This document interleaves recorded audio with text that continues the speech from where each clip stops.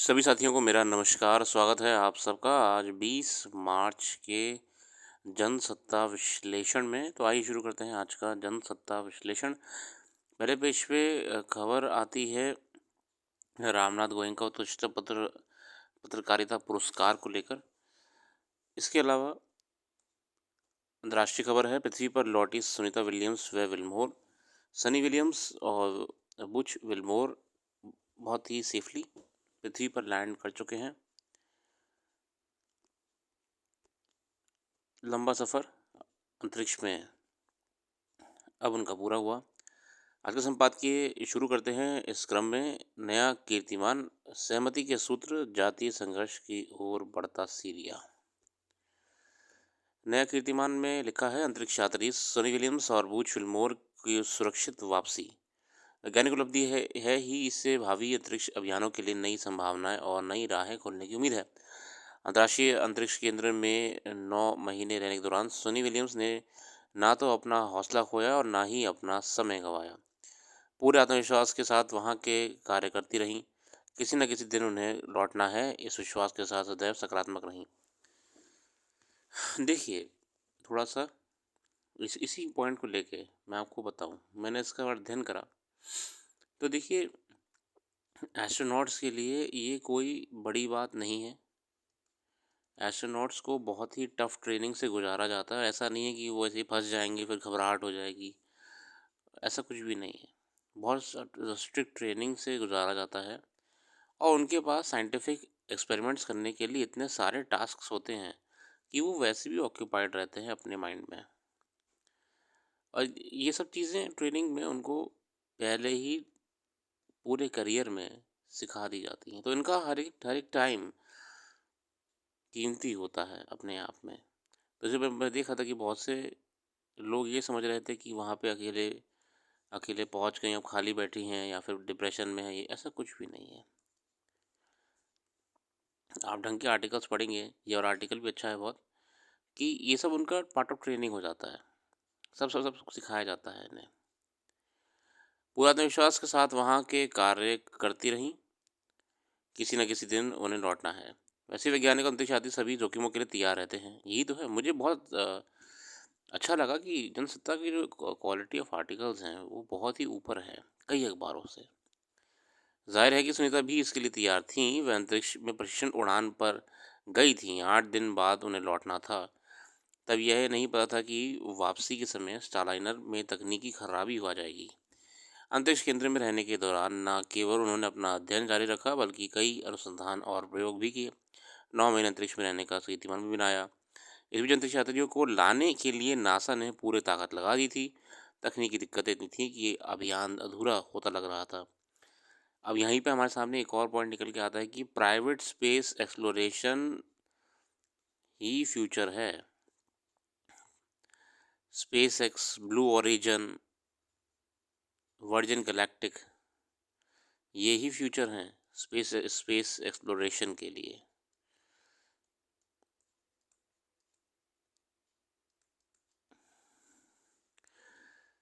ये पहली बार है जब कोई अंतरिक्ष मिशन इतना लंबा खिंचा। जून 24 में बोइंग के स्टारलाइनर से दोनों अंतरिक्ष यात्री गए थे। वहां अटक जाने के बाद सनी विलियम्स और विल्मोर अंतरिक्ष केंद्र के पूर्णकालिक सदस्य की तरह हो गए थे। इस दौरान सनी विलियम्स ने कई कीर्तिमान अपने नाम किए हैं। अंतरिक्ष में फंसे रहने पर उन्होंने कोई शिकायत भी नहीं की। नए कीर्तिमान अपने नाम उन्होंने क्या करे हैं? पहला, अब जो मैंने को बताया ना कि वो स्पेस में थी, तो उनका एक नया कीर्तिमान उनके नाम हुआ है, वो है longest space walk bye a woman. Space walk मतलब आपका जो उनका स्पेस स्टेशन होता है उसके बाहर भी ये लोग घूमते हैं कभी कभी इंस्पेक्शन करने के लिए। कहीं कोई रिपेयर्स तो नहीं है, कहीं कुछ सेंसर्स वगैरह ओके हैं, तो वो स्पेस वॉक में गिना जाता है। तो लॉन्गेस्ट किसी वुमेन के द्वारा सनी विलियम्स ने नया कीर्तिमान हासिल कर लिया है।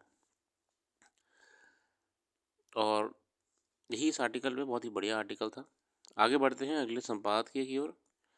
सहमति के सूत्र, अमेरिकी राष्ट्रपति डोनाल्ड ट्रंप किसी भी हाल में रूस और यूक्रेन संघर्ष को रोकने के लिए प्रतिबद्ध हैं।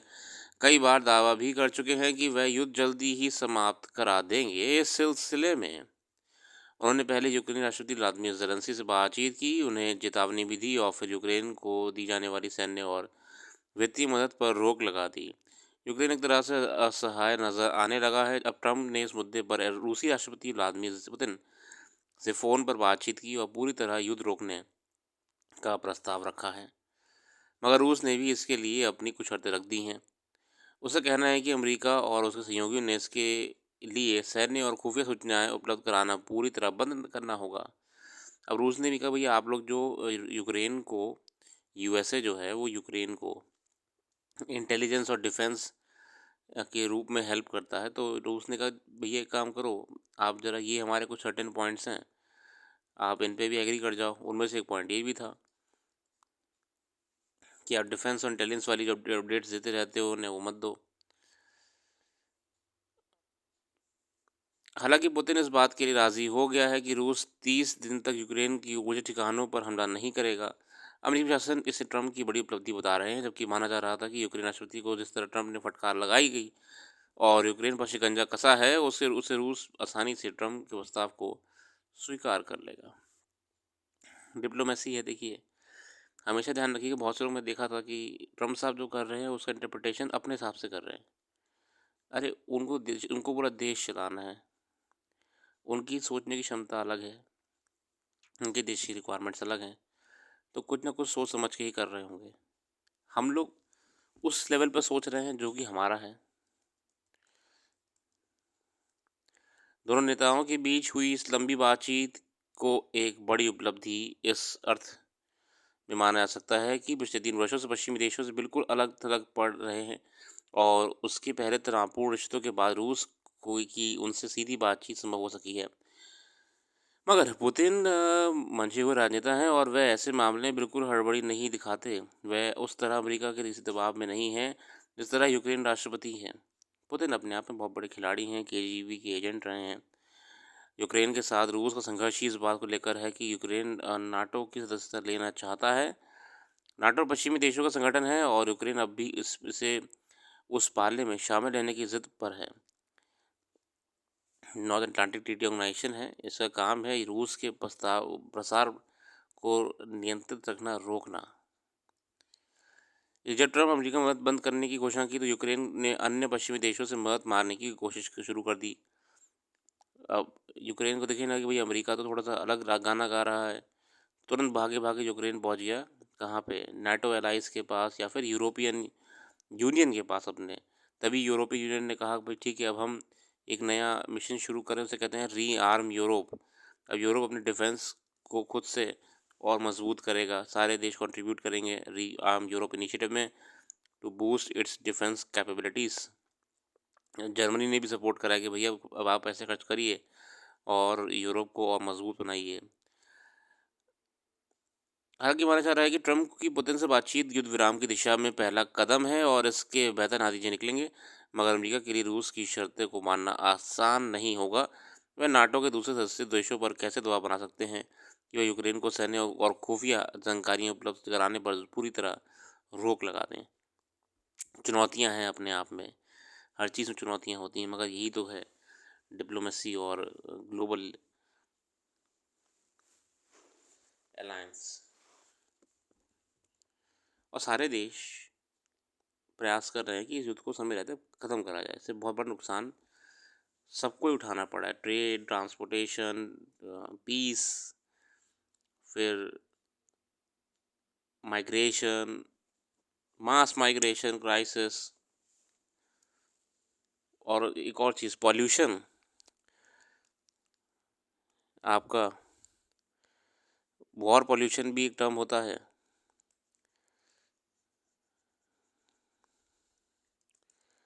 यहाँ पे आप BS6 BS4 करते रहिए गाड़ियाँ ला ला के, कि पॉल्यूशन एमिशन कंट्रोल करना है, एथेनॉल मिलाते रहिए पेट्रोल में, और एक टैंक गुजरेगा वो 40 गाड़ियों के बराबर पॉल्यूशन कर जाएगा। बस वॉर पॉल्यूशन भी होता है, ये भी चुनौती है अपने आप में। जितनी मिसाइलें रॉकेट चल रही होती हैं ये क्या फिल्टर्ड एयर छोड़ते हुए जा रही होती हैं, हैवी मेटल्स हैवी मेटल्स छोड़ रही होती हैं आसमान में।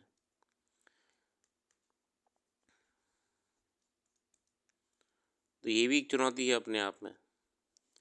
अगला है जातीय संघर्ष की ओर बढ़ता सीरिया। ब्रह्मदीप अलूने साहब कहते हैं अलकायदा और इस्लामिक स्टेट की छाया में रहने वाले सीरिया की सत्तारूढ़ संगठन हयात तहरीर अल शाम HTS की पृष्ठभूमि को लेकर कई सवाल खड़े हो गए थे। HTS बेसिकली क्या है? HTS है जिसका अभी वर्तमान में सीरिया पे हुकूमत चल रही है। सीरियन बशर अल असद जो हुकूमत थी, जो कि कम से कम असद असद हुकूमत अगर हम बात करें, इनके पिताजी को भी इसमें इन्वॉल्व कर लें, तो कम से कम सीरिया में 50 साल की है। 50 साल से असद परिवार सीरिया पे शासन कर रहा है और इस 50 साल में कुछ सीरिया को दिया नहीं है। सीरिया को मतलब बर्बाद ही कर रखा है पूरी तरीके से। अब इनको ही हटा दिया गया था रेबेलियन ग्रुप द्वारा। इसका नाम था HTS, है ना, हयात तहरीर अल शाम, जो कि इस वर्तमान में सीरिया को नियंत्रित कर रहा है। और ये सीधे सीधे संगठन जुड़ा हुआ है आतंकवादी अलकायदा और इस्लामिक स्टेट से। HTS के नेता अबू मोहम्मद अल जुलानी अपनी छवि को जिहादी लड़ाके में से बदलकर आधुनिक और दूरदर्शी नेता के रूप में पेश करने की कोशिश करते हुए दिखाई दिए, तो उम्मीद जगी कि वह संभवतः वह सीरिया की विविधता को स्वीकार कर एक मजबूत और समावेशी सरकार बनाएंगे। अब देखिए, उन्होंने अपना ये कहा कि भई युद्ध तो हो गया है, हमने अपनी मंजिल पा ली है, तो उन्होंने अपने आप को बहुत ही एक ना एक लीडर दिखाने की कोशिश करी है, अभी भी कर रहे हैं कि अपनी उनकी जो फाइटर वाली इमेज है, एक फाइटर मतलब एक टेररिस्ट ऑर्गेनाइजेशन वाली इमेज है, उसे वो ख़त्म करना चाहते हैं। अब सीरिया में क्रिश्चियंस भी रहते हैं, ज्यूस भी रहते हैं और इनको भी सिक्योर करने की ज़िम्मेदारी HTS की है। मगर ऐसा कुछ दिख नहीं रहा है, कुछ घटनाएं ऐसी हो रही हैं। हालांकि इस मामले में भी सॉलिडारिटी बनी हुई है सीरिया में, मगर हकीकत में ये महज दिखावा साबित हुआ। अब सीरिया जातीय और धार्मिक हिंसक संघर्ष की ओर तेजी से बढ़ रहा है। HTS समर्थित मौजूदा कार्यवाहक प्रशासन के सुरक्षा बल और अज्ञात बंदूकधारी संप्रदाय के आधार पर आम जनता को निशाना बना रहे हैं। सीरिया में अल्पसंख्यकों की उत्पीड़न और जनसंहार का स्तर इतना व्यापक है कि संयुक्त राष्ट्र ने हिंसा में आम नागरिकों के हाथाहाथ होने पर चिंता जताई है। सीरिया सांस्कृतिक और जातीय विविधता वाला देश है। अरब वहाँ सबसे बड़ी जातीय समूह हैं, जबकि कुर्द एवं महत्वपूर्ण जातीय समूह जो सीरिया के उत्तरी हिस्सों में बसे हुए हैं, इन्हें अपनी अलग संस्कृति और कुर्द भाषा पर गर्व है। और देखिए, अरब्स हैं जो खुद आपके जिलानी साहब हैं। इसके अलावा कर्डिश पीपल जो होते हैं, कर्ड्स कहते हैं, कुर्द कहते हैं, जिनकी लड़ाई कुर्दिस्तान बनाने की भी है। ठीक है, ये लोग भी यहाँ पे आपके रहते हैं। सीरिया का पश्चिमी तट अल वाइट समुदाय से आबाद है। अलावाइट ये एक शिया इस्लामी संप्रदाय से जुड़ा हुआ है। ये समुदाय राजनीतिक रूप से भी महत्वपूर्ण है। ये सीरिया के पूर्व राष्ट्रपति बशर अल असद इसी समुदाय से हैं। अब जो असद साहब आपके अलावाइट समुदाय से हैं, अब इन्हें भी खतरा दिख रहा है नई सरकार में। सीरिया के सुरक्षा बलों ने कथित तौर पर अलावी अल्पसंख्यक समुदाय के सैकड़ों लोग की हत्या कर दी है। ऐसे तथ्य सामने आए हैं कि हयात तहरीर अल शाम के सुरक्षा बलों को पूर्व राष्ट्रपति असद के समर्थकों को लड़ने के लिए भेजा गया है। सीरियाई सुरक्षा बलों द्वारा सीरिया तट के गाँव और इलाके लोगों को यातना देने और उनकी हत्या करने तथा इलाके पर कब्जा करने की कई वीडियो सामने आ रहे हैं। अंतर्राष्ट्रीय स्तर पर इससे पर गहरी चिंता जताई जा रही है। सीरिया की अंतरिम सरकार ने देश के तटीय इलाके लाताकिया और तुर्तुस में बड़ी संख्या में सैनिकों को तैनात किया है। अब ये कहीं ना कहीं उन जातियों को अटैक कर रहे हैं जो कि विशेषकर तो असद परिवार संबंधित हैं और कुछ विद्रोही जातियां भी हैं। देशी तटीय इलाकों में अलावी और ईसाई अल्पसंख्यक समुदाय व सुरक्षा बलों के हमले का असर देश के दूसरे कई इलाकों पर पड़ रहा है और इससे प्रदेश में तनाव बढ़ रहा है। सीरिया में अरसे से राजनीतिक धाराशाही रही है। किसी दूसरे सशस्त्र गुट के पास प्रशासन चलाने का अनुभव नहीं है। सीरिया के सभी इलाकों पर कभी भी बशर अल असद का पूर्ण नियंत्रण नहीं रहा था और अब हयात तहरीर अल शाम के साथ भी कुछ ऐसा ही है। अच्छा, ये बात ये भी है कि जो आपकी जो छोटी मोटी जातियां हैं, छोटी छोटी मतलब यहाँ पे हमारी पॉपुलेशन से इन्फ्लुएंस है, उन पे पहले असद असद साहब का भी कंट्रोल नहीं था इतना। ठीक है,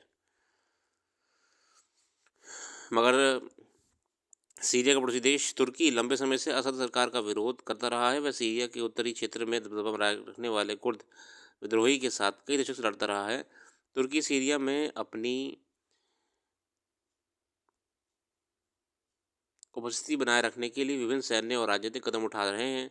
तुर्की में लाखों सीरिया शरणार्थी रह रहे हैं। अब देखिए, जब मैंने कहा ना, विस्थापन तो होता है, युद्ध होता है तो विस्थापन भी होता है। तो शरणार्थी चले जाते हैं नज़दीकी देशों में, और तुर्की सरकार उन्हें वापस अपने देश में भेजने के लिए एक सुरक्षित क्षेत्र बनाने की कोशिश कर रही है। इसके अलावा तुर्की की योजना है कि इस सुरक्षित क्षेत्र में कुर्द के प्रभुत्व को किसी तरह ख़त्म करें। वर्ष 17 में इराक में कुर्दों ने अलग देश कुर्दिस्तान बनाने को लेकर रायशुमारी कराई थी। कुर्दिस्तान का भी अपना एक लंबा इतिहास रहा है, मगर अभी इनके जो बड़े लीडर हैं, पीकेके पार्टी है उनकी, जो कि कुर्दिस्तान का सपना लेके आगे चल रही थी, अब उन्होंने कह दिया है कि सरेंडर कर दो। जेल में बंद है, लंबे समय से जेल में बंद है, मैं नाम भूल रहा हूँ उनका। उन्होंने कह दिया है कि अब सरेंडर कर दो और हथियार डाल दो, अब हम अमन के साथ जिएंगे। तो मगर फिलहाल कुर्दिस्तान की लड़ाई जारी है। कुर्दिस्तान जो कर्ड्स लोग हैं, ये अपनी एक अलग पहचान मानते हैं और कहते हैं कि हमें एक अलग अस्तित्व भी चाहिए। सीरिया से विस्थापित लाखों लोगों अपने घरों को लौटना चाहते हैं। लोग फिलहाल देश के भीतर 67 लाख लोग विस्थापित हैं, और जबकि 55 लाख शरणार्थी पड़ोसी देशों में रह रहे हैं। सीरिया में शांति की स्थापना हो, इसके लिए वैश्विक एजेंसियां भी कोशिश कर रही हैं। संयुक्त राष्ट्र शरणार्थी मामलों में एजेंसी यूएनएचसीआर ने सीरिया में पिछले एक दशक से चल रहे हिंसक संघर्ष से प्रभावित और विस्थापित 1 करोड़ 30 लाख से अधिक नागरिकों के लिए अंतर्राष्ट्रीय समर्थन सुनिश्चित किए जाने का आह्वान किया है। कई दशकों से राजनीतिक स्थिरता और सांप्रदायिक संघर्षों से जूझते सीरिया में क्षतिग्रस्त घरों की मरम्मत, स्कूल, अस्पताल, जल और बिजली आपूर्ति की जरूरत है। अब देखिए, फाउंडेशनली भी बहुत नई नई चीज़ों की ज़रूरत है सीरिया को। कतर को अमेरिकी समर्थन हासिल है। कुर्दिस्तान वर्कर्स पार्टी के संस्थापक सदस्य अब्दुल्ला ओकलान, हाँ, अब्दुल्ला ओकलान की बात मैं कर रहा था, ने अपने समूह से हथियार छोड़ने की अपील की है। इसे सीरिया में शांति स्थापना में व्यापक मदद मिल सकती है। सीरिया की वर्तमान सरकार को ऐसे ही कल्याणकारी कोशिशें करने की जरूरत है, ये सभी समुदायों में शांति और सुरक्षा का बेहतर संदेश जाए। सही बात है, पीसफुल टॉक्स करिए, हर किसी को रिस्पेक्ट दीजिए, तो आप में भी एक परिवर्तन देखने को मिलेगा। जो कमी असद रजीम में थी, वो कमी ख़त्म कर देनी चाहिए। उत्तरी सीरिया में कुर्द बलों को अमेरिका का समर्थन हासिल है। वहीं ईरान और तुर्की के सीरिया में गहरे राजनीतिक, धार्मिक और सामरिक हित हैं। शिया संप्रदाय से आने वाले अब जब तक सत्ता में रहे, तब तक सीरिया में ईरान का दबदबा रहा। ईरान भी शिया मुस्लिम बहुल देश है। अब तुर्की सुन्नी आधारित व्यवस्था को सीरिया में मजबूत करने का जुटा है। ईरान और तुर्की के बीच प्रतिद्वंद्विता की स्थिति सीरिया में सांप्रदायिक संघर्ष बढ़ा सकती है। अब देखिए ना, कितना इन्फ्लुएंस अपने आप में, शिया इन्फ्लुएंस और सुन्नी इन्फ्लुएंस, फिर इनको सपोर्ट करते हुए देश। तो ये डर एक और बार लग रहा है कि फिर से कहीं आपका जातीय संघर्ष ना बढ़ जाए सीरिया में। बहुत ही बढ़िया तरीके से सीरिया में वर्तमान स्थिति को हमारे सामने लाने का प्रयास करा है अरुण साहब द्वारा। वहीं संयुक्त राष्ट्र महासचिव ने जोर देकर कह रहे हैं कि ये सुनिश्चित करना होगा कि सीरिया को युद्ध की परछाई से बाहर लाकर एक ऐसे भविष्य की ओर ले जाया जाए जो गरिमा एवं कानून के राज से निर्धारित हो। बरोबर। आगे देखते हैं और अंतर्राष्ट्रीय या खेल जगत की खबरें।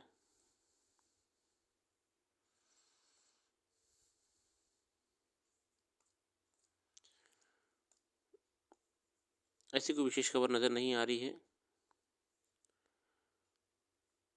फिलहाल। हम आज के लिए रखते हैं। अपना कीमती समय देने के लिए बहुत बहुत धन्यवाद। कल फिर आएंगे नई वीडियो के साथ। जुड़े रहिए, और अच्छा लगे तो वेबसाइट को भी जरूर विजिट करिएगा, उसका लिंक डिस्क्रिप्शन में मौजूद है। Thank you.